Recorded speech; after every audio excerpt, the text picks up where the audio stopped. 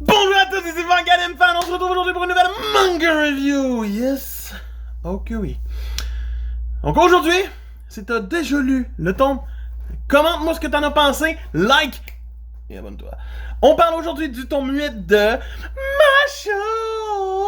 Masho, publié chez Kazé. Donc, un tome 8 totalement rempli d'action, de quelques moments comiques, mais surtout d'action prédominant. Donc, qu'est-ce qui se passe ici?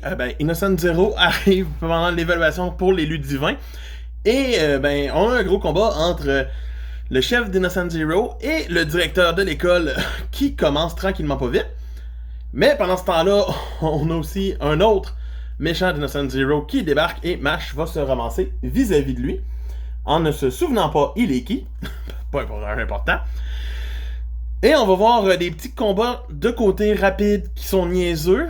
Donc celui de Dot et Lance qui est comme qui laisse à désirer. Mais par la suite, on va reprendre surtout avec Innocent Zero, donc l'homme sans face, sans visage, qui va utiliser son arsenal pour affronter Wahlberg.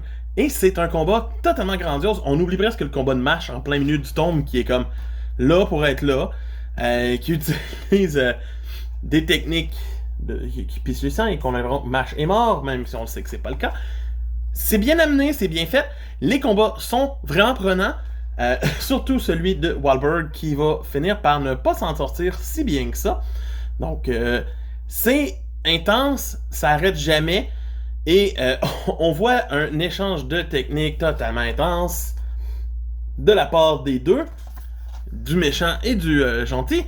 Et par la suite, on va voir Mash intervenir dans le combat et on va voir Innocent Zero partir et laisser un géant que Mash devra vaincre. C'est bien parce qu'on fait évoluer le personnage de Mash tranquillement pas vite dans les yeux du reste du monde qu'il y a à l'école, dans le reste de l'école dans le fond.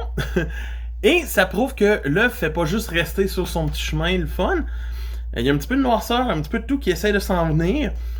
Ça va freiner un peu pour les prochains tomes, mais ce tome-ci est vraiment solide et très important pour la suite.